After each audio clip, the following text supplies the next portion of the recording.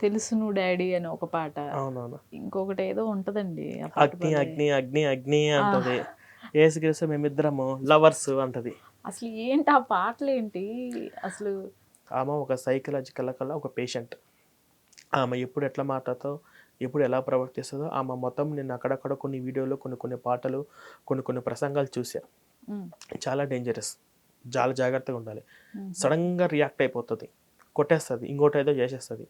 కాబట్టి వాళ్ళతో మనం జాగ్రత్తగా ఉండాలి. ఇప్పుడు ఈ భవ్యశ్రీ విషయంలో మేము మొత్తము ఈ గవర్నమెంట్ ఒకటి జీవో ఒకటి పాస్ చేయాలి. మీరు ఇప్పటికి నేను ఇప్పుడు ఉన్నటువంటి తెలుగు రాష్ట్రాల్లో మారుమూల గ్రామాలలో మీరు ఏ గవర్నమెంట్ హాస్పిటల్‌కి పోయినా ఈళ్ళు ప్రేరాల డబ్బాలతో రెడీగా ఉంటారు. ఎక్కడికైనా పోనీలెండి. మీ గవర్నమెంట్ హాస్పిటల్ సెర్చ్ మా ఊరి గవర్నమెంట్ హాస్పిటల్‌లో గూడా పేషెంట్స్ వస్తూ పోతుంటారు గదా! ఈ మతమార్పిడి ముఠ తెల్ల గౌనిట కప్పుకొని, ప్రేరాలు పట్టుకొని, బైబిల్ పట్టుకొని రెడీగా ఉంటారు. చూస్తారు. ఎవరిని చూద్దామా? ఇప్పుడు నాకు తెలిసి భవ్యశ్రీ గూడా వీళ్ళకి అక్కడే పరిచయమై ఉండొచ్చు.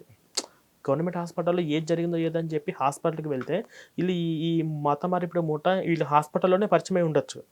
అక్కడ పరిచయమై మేము తగ్గిస్తామని చెప్తే వాళ్ళకి ఏ అవకాశం లేదు గదా! పాపం వాళ్ళకేం తెలియదు గదా! అట్లాగా వాళ్ళ పాపను వాళ్ళు పొట్టబెట్టుకున్నారు.